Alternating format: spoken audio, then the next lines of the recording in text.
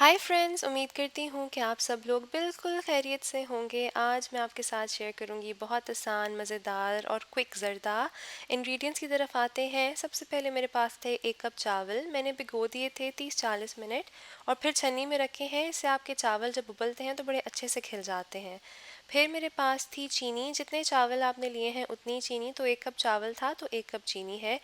और फिर मेरे पास है यहाँ पे कुछ ड्राई फ्रूट्स। अगर आपने नहीं डालने तो मत डालें, उसके बगैर भी बहुत अच्छा बनता है। 3-4 में आप ले लें इलायचियाँ, 2 लौंग थी, 2 टेबलस्पून मेरे पास था दही, और फिर यहाँ पे 1.5 से 2 टेबलस्पून हम देसी घी डालेंगे। और फिर आपको चाहिए होगी फूड कलरिंग। जर्दे का रंग चाहिए, बेसिकली स्ट्रॉन्ग ऑरेंज कलर चाहिए, और रंग ज़रा आप तेज़ रखेगा। और फिर हमने चावलों को उबालना है कम्प्लीटली, जिस तरह से आप अच्छे से खिले हुए चावल उबालते हैं उस तरीके से फुली कुक्ड। फिर मैंने एक कढ़ाई में घी डाला है और मीडियम आंच पे मैं इसके अंदर डाल रही हूँ इलायची और लौंग, और इसको इतना पकाना है कि जो लौंग है वो भूल जाएगी। जैसे आप यहाँ पे देख रहे हैं कि मेरी जो लौंग है वो भूल गई है। तो जिस पॉइंट पे आपकी लौंग भूल जाए, आप अपनी जो कढ़ाई है उसको चूल्हे पर से हटा लें।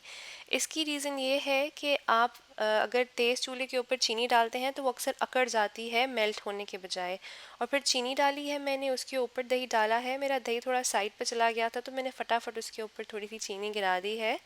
और फिर बेसिकली आपने इसको स्टेज पे लेके जाना है कि आपकी आधी चीनी मेल्ट हुई हुई हो और आधी का दाना साबुत होगा, आधी मेल्ट हुई हुई होगी, आधी का शीरा बन जाएगा और आधी जो है वो चीनी साबित होगी। पतली चीनी के साथ ये बहुत जल्दी हो जाता है, लेकिन जैसे मोटी चीनी होती है उसमें थोड़ा सा टाइम लगता है।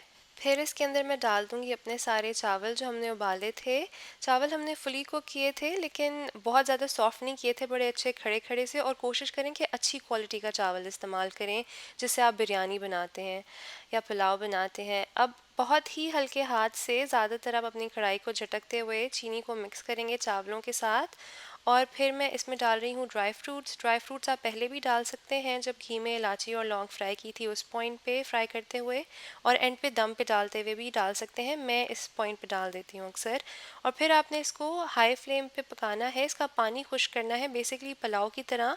जब आप पुलाव को पकाते हैं तो उसमें से जब आपने पानी वेपरेट करना होता है, पानी को खुश्क करना होता है, तो बेसिकली यही हमने करना है। बहुत ज़्यादा आप चम्मच का इस्तेमाल मत कीजिएगा, इससे चावल टूटने का खदशा होता है। आप ज़्यादा से ज़्यादा अपनी जो कढ़ाई है उसको झटक सकते हैं, थोड़ा हिला सकते हैं, जैसे मैं यहाँ कर रही हूँ।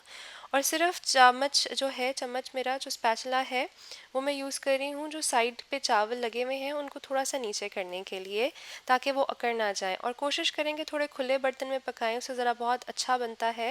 लेकिन अगर आप बहुत बड़ा पतीला छोटा पतीला यूज़ कर रहे हैं और उसमें चावल थोड़े ज़्यादा हैं, तो फिर आप ज़्यादातर उसको झटक के ही पकाएंगे, हिला के। जैसे आप बिरयानी को अक्सर जब मिक्स करते हैं पतीला हिलाने के लिए, तो कुछ उस तरह का। तो अब जिस पॉइंट पे पानी मेरा कम्प्लीटली खुश्क हो जाएगा, सेंटर में भी नहीं है, साइड पे भी नहीं है, इसको हमने दम देना है। और आप चाहें तो दम पे रखने से पहले इसके अंदर मेवे भी डाल सकते हैं, आप इसके अंदर खोया भी डाल सकते हैं, आप इसके अंदर जो मर्ज़ी चाहें डाल सकते हैं। दम पे रखने से पहले आप रोज़ वाटर और केरवा भी डाल सकते हैं। मैंने रोज़ वाटर डाला था। और फिर तकरीबन 10 से 15 मिनट का दम आपने देना है, तो ये बड़ा अच्छा सा आपके जो है चावल वो खिल जाते हैं और ज़्यादा स्टिकी भी नहीं रहते और बड़े मज़े के बनते हैं। तो ये थी आज की रेसिपी ज़र्दे की। बहुत ही परफेक्ट बनता है ये और बहुत ही आसान है। इसको ज़रूर ट्राई करें और मुझे फ़ीडबैक दें कि आपको ये रेसिपी कैसी लगी। पसंद आए तो लाइक और शेयर कीजिए, मेरे चैनल को सब्सक्राइब कीजिए। मुझे अपनी दुआ में याद रखिएगा। Until next time, the home maker baker, over and out.